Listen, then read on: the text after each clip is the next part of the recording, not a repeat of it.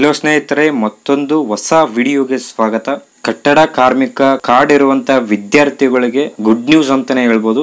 Labour card ಅಂತ ಏನ್ ಹೇಳ್ತೀವಿ, ಲೇಬರ್ ಕಾರ್ಡ್ ಹೊಂದಿರುವಂತ ವಿದ್ಯಾರ್ಥಿಗಳಿಗೆ ಗುಡ್ ನ್ಯೂಸ್ ಅಂತಾನೆ ಹೇಳ್ಬೋದು. 2024 ಹಾಗೂ 25ನೇ ಸಾಲಿನ ಲೇಬರ್ ಕಾರ್ಡ್ ಸ್ಕಾಲರ್ಶಿಪ್ ಗೆ ಅಪ್ಲಿಕೇಶನ್ ಸ್ಟಾರ್ಟ್ ಮಾಡಿದ್ದಾರೆ. ಗುಡ್ ನ್ಯೂಸ್ ಅಂತಾನೆ ಹೇಳ್ಬೋದು. ಇನ್ನು ಕೆಲವು ದಿನಗಳಲ್ಲಿ ಅಪ್ಲಿಕೇಶನ್ಸ್ ನ ಸ್ಟಾರ್ಟ್ ಮಾಡ್ತಾ ಇದ್ದಾರೆ.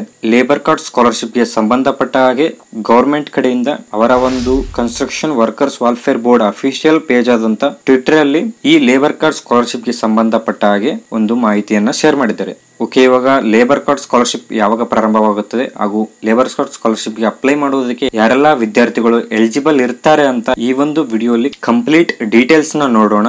ಓಕೆ, ಅದಕ್ಕಿಂತ ಮುಂಚೆ ನೀವೇನಾದ್ರೂ ನಮ್ಮ ಚಾನಲ್ಗೆ ಸಬ್ಸ್ಕ್ರೈಬ್ ಆಗಿಲ್ಲ ಅಂದ್ರೆ ಸಬ್ಸ್ಕ್ರೈಬ್ ಆಗಿ ಹಾಗೂ ವಿಡಿಯೋಗೊಂದು ಲೈಕ್ ಮಾಡಿ. ಮತ್ತು ನಮ್ಮ ಟೆಲಿಗ್ರಾಮ್ ಚಾನಲ್ಗೆ ಏನಾದ್ರು ಜಾಯ್ನ್ ಆಗಿಲ್ಲ ಅಂದ್ರೆ ಡಿಸ್ಕ್ರಿಪ್ಷನ್ ಅಲ್ಲಿ ಟೆಲಿಗ್ರಾಮ್ ಚಾನಲ್ ಲಿಂಕ್ ಇರುತ್ತೆ. ಆ ಒಂದು ಲಿಂಕ್ ಮೇಲೆ ನೀವು ಕ್ಲಿಕ್ ಮಾಡಿಕೊಂಡು ಟೆಲಿಗ್ರಾಮ್ ಚಾನಲ್ಗೆ ನೀವು ಜಾಯ್ನ್ ಆಗಬೇಕಾಗುತ್ತೆ. ಏನೇ ಒಂದು ಅಪ್ಡೇಟ್ಸ್ ಇರಲಿ ನಾನು ಟೆಲಿಗ್ರಾಮ್ ಅಲ್ಲೇ ಪೋಸ್ಟ್ ಮಾಡೋದ್ರಿಂದ ನೀವು ಟೆಲಿಗ್ರಾಮ್ ಚಾನಲ್ಗೆ ಜಾಯ್ನ್ ಆಗಿ ಅಂತ ಹೇಳ್ತಾ ಬನ್ನಿ ಫ್ರೆಂಡ್ಸ್, ಆ ವಿಡಿಯೋನ ಶುರು ಮಾಡೋಣ. ಓಕೆ, ನೀವೇ ಸ್ಕ್ರೀನ್ ಮೇಲೆ ನೋಡ್ತಾ ಇರಬಹುದು. ನೋಂದಾಯಿತ ಕಾರ್ಮಿಕರ ಇಬ್ಬರು ಮಕ್ಕಳ ವಿದ್ಯಾಭ್ಯಾಸಕ್ಕೆ ಮಂಡಳಿಯು ಕಲಿಕೆ ಭಾಗ್ಯ ಯೋಜನೆ ಇಡಿ ವಿದ್ಯಾರ್ಥಿ ವೇತನವನ್ನು ನೀಡುತ್ತದೆ. ಫಲಾನುಭವಿಯು ಅಗತ್ಯ ದಾಖಲೆಗಳೊಂದಿಗೆ ಅರ್ಜಿ ಸಲ್ಲಿಸುವ ಮೂಲಕ ಈ ಸೌಲಭ್ಯವನ್ನು ಪಡೆದುಕೊಳ್ಳಬಹುದು. ಓಕೆ, ಲೇಬರ್ ಕಾರ್ಡ್ ಹೊಂದಿರುವಂತ ಕಾರ್ಮಿಕರ ಇಬ್ಬರು ಮಕ್ಕಳ ವಿದ್ಯಾಭ್ಯಾಸಕ್ಕಾಗಿ ಸ್ಕಾಲರ್ಶಿಪ್ ನ ನೀಡಲಾಗುತ್ತದೆ. ಹಾಗೂ ಈ ಒಂದು ಸ್ಕಾಲರ್ಶಿಪ್ ಗೆ ಅಪ್ಲೈ ಮಾಡುವುದು ಹೇಗೆ, ಯಾವ ವೆಬ್ಸೈಟ್ ಅಲ್ಲಿ ಅಪ್ಲೈನ ಮಾಡೋದು ಅಂದ್ರೆ ಇಲ್ಲಿ ಕೆಳಗಡೆ ಕೊಟ್ಟಿದಾರಲ್ಲ KBOCWWB ಈ ಒಂದು ವೆಬ್ಸೈಟ್ ಗೆ ಭೇಟಿ ನೀಡಿ. ನೀವು ಇವಾಗ ಸ್ಕ್ರೀನ್ ಮೇಲೆ ಶೋ ಆಗ್ತಾ ಇದೆಯಲ್ಲ, ಈ ಒಂದು ವೆಬ್ಸೈಟ್ ಗೆ ಭೇಟಿ ನೀಡಿ ನೀವು ಅಪ್ಲಿಕೇಶನ್ ಸಬ್ಮಿಟ್ ಮಾಡಬೇಕಾಗುತ್ತೆ. ಅಪ್ಲಿಕೇಶನ್ ಸಬ್ಮಿಟ್ ಮಾಡೋದು ಹೇಗೆ ಅಂತ ನಾನು ಮುಂದೆ ಹೇಳ್ತೀನಿ. ಓಕೆ, ಇವಾಗ ಲೇಬರ್ ಕಾರ್ಡ್ ಸ್ಕಾಲರ್ಶಿಪ್ ಗೆ ಯಾರೆಲ್ಲ ವಿದ್ಯಾರ್ಥಿಗಳು ಎಲಿಜಿಬಲ್ ಇರ್ತಾರೆ ಹಾಗೂ ಸ್ಕಾಲರ್ಶಿಪ್ ಗೆ ಅಪ್ಲೈ ಮಾಡುವುದಕ್ಕೆ ಏನೆಲ್ಲ ದಾಖಲಾತಿಗಳು ಬೇಕು, ಏನೇನು ಷರತ್ತುಗಳಿವೆ ಹಾಗೂ ಯಾವೊಂದು ರೂಲ್ಸ್ ಅನ್ನ ಫಾಲೋ ಮಾಡಬೇಕೆಂದು ಈಗ ನೋಡ್ತಾ ಹೋಗೋಣ.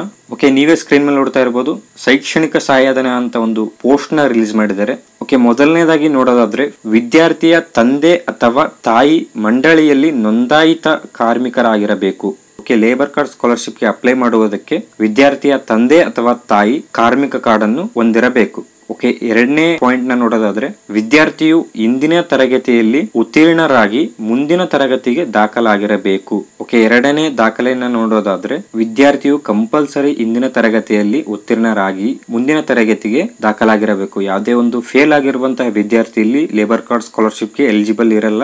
ಓನ್ಲಿ ಪಾಸ್ ಆದಂತ ವಿದ್ಯಾರ್ಥಿ ಅಷ್ಟೇ ಈ ವರ್ಷದ ಲೇಬರ್ ಕಾರ್ಡ್ ಸ್ಕಾಲರ್ಶಿಪ್ ಗೆ ಎಲಿಜಿಬಲ್ ಇರ್ತಾರೆ. ಓಕೆ, ಮೂರನೇ ಪಾಯಿಂಟ್ ನ ನೋಡೋದಾದ್ರೆ ನೋಂದಾಯಿತ ಕಾರ್ಮಿಕರ ಇಬ್ಬರು ಮಕ್ಕಳು ಮಾತ್ರ ವಿದ್ಯಾರ್ಥಿ ವೇತನವನ್ನು ಪಡೆಯಬಹುದು. ಓಕೆ, ಮೂರನೇ ಷರತ್ತನ್ನ ನೋಡೋದಾದ್ರೆ ನಿಮ್ಮ ಲೇಬರ್ ಕಾರ್ಡ್ ಮುಖಾಂತರ ಕೇವಲ ನೀವು ಇಬ್ಬರು ಮಕ್ಕಳ ಲೇಬರ್ ಕಾರ್ಡ್ ಸ್ಕಾಲರ್ಶಿಪ್ ಗೆ ಅಪ್ಲೈ ಮಾಡಬಹುದು. ಅದು ಬಿಟ್ಟು ಮತ್ತೊಬ್ಬರ ಸ್ಕಾಲರ್ಶಿಪ್ ಗೆ ಅಪ್ಲೈ ಮಾಡೋದಕ್ಕೆ ಯಾವುದೇ ರೀತಿ ಎಲಿಜಿಬಲ್ ಇರಲ್ಲ. ಕೇವಲ ಇಬ್ಬರು ಮಕ್ಕಳು ಮಾತ್ರ ವಿದ್ಯಾರ್ಥಿ ವೇತನವನ್ನು ಪಡೆಯಲು ಅವಕಾಶ ಇರುತ್ತದೆ. Okay, last but not list ನಾಲ್ಕನೇ ಪಾಯಿಂಟ್ ನ ನೋಡೋದಾದ್ರೆ ಇಬ್ಬರು ಪೋಷಕರು ನೋಂದಾಯಿತ ಕಾರ್ಮಿಕರಾಗಿದ್ದಲ್ಲಿ ಅವರ ಮಕ್ಕಳು ಒಂದು ಬಾರಿ ಮಾತ್ರ ಈ ಪ್ರಯೋಜನವನ್ನು ಪಡೆದುಕೊಳ್ಳಬಹುದು.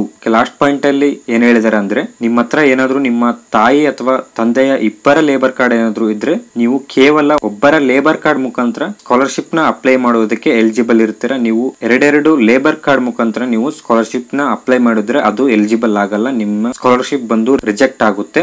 ನಿಮ್ಮ ಪೇರೆಂಟ್ಸ್ ಹತ್ರ ಎರಡು ಲೇಬರ್ ಕಾರ್ಡ್ ಗಳೇನಾದ್ರು ಇದ್ರೆ ನೀವು ಕೇವಲ ಒಂದು ಲೇಬರ್ ಕಾರ್ಡ್ ಸ್ಕಾಲರ್ಶಿಪ್ ಗೆ ಎಲಿಜಿಬಲ್ ಇರ್ತೀರಾ. ಓಕೆ, ಈ 4 ಪಾಯಿಂಟ್ಸ್ ನ ನೀವೇನಾದ್ರು ಫಾಲೋ ಮಾಡಿದ್ರೆ ನೀವು ಖಂಡಿತ ಲೇಬರ್ ಕಾರ್ಡ್ ಸ್ಕಾಲರ್ಶಿಪ್ ಗೆ ಎಲಿಜಿಬಲ್ ಇರ್ತೀರಾ. ಓಕೆ, ಇವಾಗ ಲೇಬರ್ ಕಾರ್ಡ್ ಸ್ಕಾಲರ್ಶಿಪ್ ಗೆ ಅಪ್ಲೈ ಮಾಡೋದು ಹೇಗೆ ಅಂತ ನೋಡೋಣ ಹಾಗೂ ಯಾವೊಂದು ವೆಬ್ಸೈಟ್ ಅಲ್ಲಿ ಲೇಬರ್ ಕಾರ್ಡ್ ಸ್ಕಾಲರ್ಶಿಪ್ ಗೆ ಅಪ್ಲೈ ಮಾಡೋದು ಅಂತ ನೋಡೋಣ. ನೀವು ಬ್ರೌಸರ್ ಅಲ್ಲಿ KBOCWWB ಅಂತ ನೀವು ಸರ್ಚ್ ಮಾಡಿದಾಗ ನಿಮ್ಗೆ ಈ ರೀತಿ ವೆಬ್ಸೈಟ್ ಇಲ್ಲಿ ಶೋ ಆಗುತ್ತೆ. ಈ ಒಂದು ವೆಬ್ಸೈಟ್ ಮೇಲೆ ನೀವು ಕ್ಲಿಕ್ ನ ಮಾಡ್ಕೊಳ್ಳಿ. ಓಕೆ, ವೆಬ್ಸೈಟ್ ಮೇಲೆ ನೀವು ಕ್ಲಿಕ್ ನ ಮಾಡ್ಕೊಂಡಾಗ labour department government of Karnataka website ಇಲ್ಲಿ ಓಪನ್ ಆಗುತ್ತೆ. ಅಂಡ್ ಕೆಳಗಡೆ ಸ್ಕ್ರೋಲ್ ಮಾಡ್ಕೊಳ್ಳಿ. ಕೆಳಗಡೆ ಸ್ಕ್ರೋಲ್ ಮಾಡ್ಕೊಂಡಾಗ Karnataka building and other constructions workers welfare board ಅಂತ ಇಲ್ಲಿ ಮೊದಲನೇ ಆಪ್ಷನ್ ಇದೆಲ್ಲ, ಈ ಒಂದು ಆಪ್ಷನ್ ಮೇಲೆ ನೀವು ಕ್ಲಿಕ್ ನ ಮಾಡ್ಕೊಳ್ಳಿ. ಓಕೆ, ಈ ಒಂದು ಆಪ್ಷನ್ ಮೇಲೆ ನೀವು ಕ್ಲಿಕ್ ನ ಮಾಡ್ಕೊಂಡು ನಿಮ್ಮ ಒಂದು ಲೇಬರ್ ಕಾರ್ಡ್ ಸ್ಕಾಲರ್ಶಿಪ್ ಗೆ ನೀವು ಅಪ್ಲೈ ನ ಮಾಡಬಹುದು. ಸದ್ಯಕ್ಕೆ ಲೇಬರ್ ಕಾರ್ಡ್ ಸ್ಕಾಲರ್ಶಿಪ್ ಗೆ ಅಪ್ಲೈ ಮಾಡುವುದಕ್ಕೆ ಯಾವುದೇ ಲಿಂಕ್ ಇಲ್ಲಿ ಬಿಡುಗಡೆ ಮಾಡಿಲ್ಲ.